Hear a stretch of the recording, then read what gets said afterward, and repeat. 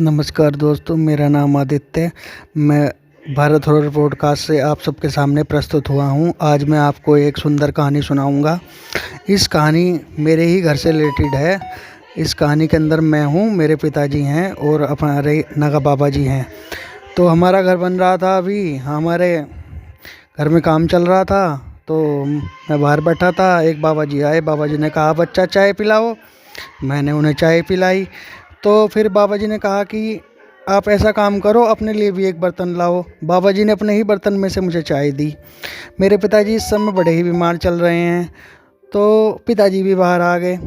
तो मैंने सोचा कि पिताजी भी ने भी उससे बात करने लगे। तो उसने मेरे पिताजी के उतारे बताए, 1 2 3 की नदी के पास करना है, शमशान घाट में जाके करना है।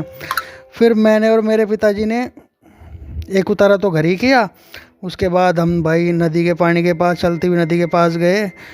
लेकिन वहाँ पिताजी ने कहा कि गाड़ी घुमा ले। मैं बोल गए। मन ने कहा, आप तो बोल गए, हमें तो बोलना नहीं था। तो उन्होंने कहा, चल कोई बात नहीं। फिर दूसरा उतारा किया। उन उतारों को करने के बाद पिताजी का तो कुछ महसूस हुआ है, हो ना हो, लेकिन मेरे शरीर पे मुझे महसूस हो गया। फिर मैंने अपने भाई पूजा पाठ करी और मैं बड़ा परेशान हुआ 15 दिन। फिर मैंने हनुमान जी की पूजा करी। तब जाकर मैं इस मुकदमे में तो बाहर आया। तो देखो, गांड पंगे नहीं करने चाहिए, सीधी बात, नहीं तो बहुत बुरा हाल हो जाए उस्ताद हैं।